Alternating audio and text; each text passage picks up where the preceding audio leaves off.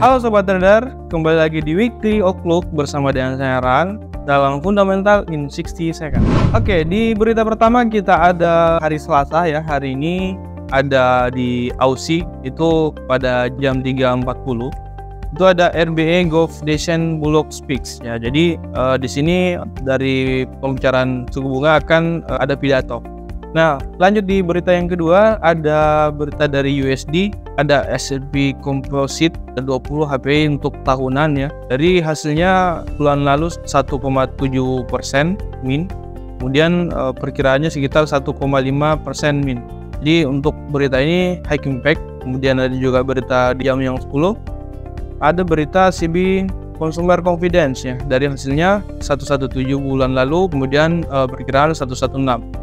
Kemudian dilanjut di jam yang sama ada JOLTS Job Openings itu sekitar 9,58 M, untuk perkiraan sendiri 9,49 M. Oke, untuk berita yang kedua di hari Rabu ya. Yang pertama kita ada Aussie di jam 8.30 waktu Indonesia Barat, itu ada CPI. Jadi ada inflasi ya untuk Rabu pagi di Aussie. Dari hasilnya sendiri untuk bulan lalu 5,4%, itu untuk perkiraannya 5,26%. Kemudian ada berita tentatif dari inflasi Jerman, itu efeknya impact juga. Dari bulan lalu 0,3%, untuk perkiraan sendiri tetap, tapi tetap hati-hati untuk di market. Kemudian dilanjut di berita jam 2-nya itu ada di Euro juga, Finnish Flash CPI tetap inflasi ya. Jadi untuk hari ini kebanyakan inflasi. Itu dari bulan lalu 2,3% naik ke 2,5%. Efeknya high impact. Jadi untuk yang transaksi Euro tetap hati-hati dan tetap jaga MM. Di jam malam kita ada USD. Untuk di USD sendiri ada beberapa berita. Yang pertama ada ADP Non-Farm Employment Change, itu hitungan dari bulan lalu 324K, kemudian untuk hari ini perkiraannya sekitar 194K, dan efeknya juga high impact, dimana ini merupakan patokan untuk high impact di NFP hari Jumat. Terus ada berita yang kedua di USD, ada GDP atau Produk Domestik Bruto di jam 8.30 malam Makassar ya, dimana lalu ada sekitar 2,4% hasilnya, kemudian hasil dari perkiraannya itu sekitar 2,4% juga, jadi perkiraannya tetap. Tapi ini merupakan high impact yang bisa membuat market sangat cepat bergerak. Oke, di hari yang selanjutnya di hari Kamis kita ada berita ya. Jam pertama ada berita Cina di pukul 9.30 manufacturing PMI, mana hasilnya sebelumnya di bulan lalu 49,3%, turun ke 49,1%. Ini merupakan indeks pembelian manajer pembelian. Kemudian di jam yang sama ada juga berita dari Cina, change dari non manufacturing PMI, di mana bulan sebelumnya 5,15%, turun menjadi 51,3%. Jadi hasilnya untuk berita Cina tidak bagus. Kemudian di sore hari di jam yang kedua ada jam 4 sore di Euro estimasi flash CPI ya. Jadi hari Kamis ini beberapa juga ada inflasi di Euro. Kemudian di malam hari ada berita dari Core Price Index inflasi dari USD juga. Dari bulan lalu 0,2% dengan perkiraan 0,2% tetap. Di jam yang sama ada klaim pengangguran, di mana hasilnya ini dari bulan lalu 230K naik menjadi 236K. Hasilnya tidak bagus untuk Amerika, jadi semakin besar klaim pengangguran maka semakin besar juga pengeluaran, dan tidak bagus untuk mata uang negara.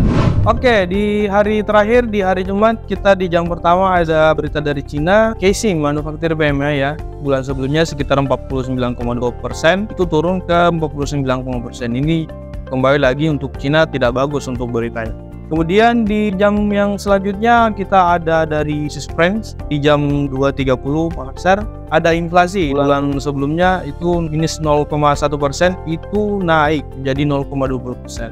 Dan ini sangat signifikan pergerakannya. Di jam yang selanjutnya di malam hari kita ada berita Kanada di pukul 8.30, ada GDP ya, Produk Domestik Bruto, di mana bulan sebelumnya itu 0,3%. Itu turun menjadi min 0,20%, dan ini sangat tidak bagus untuk berita Kanada. Selanjutnya di jam yang sama kita ada berita yang kita tunggu-tunggu, yaitu non-farm payroll employment change. Berita ini merupakan the king of news. Setiap berita ini rilis tentunya pergerakannya sangat cepat, pergerakannya sangat signifikan, volatilitas pergerakannya sangat tinggi. Untuk beritanya sendiri bulan lalu sekitar 187K, untuk perkiraannya sekitar 169K. Jadi turun ya, bagus untuk mata uang untuk hasilnya. Kemudian di jam yang sama ada average hourly earnings bulan sebelumnya sekitar 0,4%, itu turun menjadi 0,3%. Kemudian di jam yang sama ada employment rate, itu bulan sebelumnya 3,5%, kemudian untuk perkiranya tetap 3,5%. Jadi NFP ini sangat signifikan pergerakannya nanti, jadi teman-teman sangat diharapkan untuk menjaga dan risk manajemennya. Tapi untuk memanfaatkan peluangnya itu sangat besar sekali, karena pergerakan dari untuk efeknya terhadap gold sendiri sekitar 30-50 poin ke atas. Lanjut di jam yang selanjutnya ada ISM Manufacturing PMI di jam 10 malam dari bulan lalu sekitar 46,4%. Kemudian hasilnya untuk perkiraannya naik 45,9%. Kemudian dilanjut oleh mediumnya di ISM Manufacturing Price bulan lalu 40,26% dengan perkiraan 43,9%. Jadi berita NFP ini dibayangi oleh berita Kanada, di mana hasil Kanada ini buruk, maka USD bisa saja melonjak sangat tinggi. Kemudian dilanjut lagi jam 10, perkiraannya masih bagus untuk USD. Jadi untuk efeknya terhadap currency lain ataupun gold dan index lainnya itu diperkirakan akan drop. Oke, itulah fundamental news untuk minggu ini. Sampai jumpa lagi di weekly outlook minggu depan. Sekian dan terima kasih. Salam trader.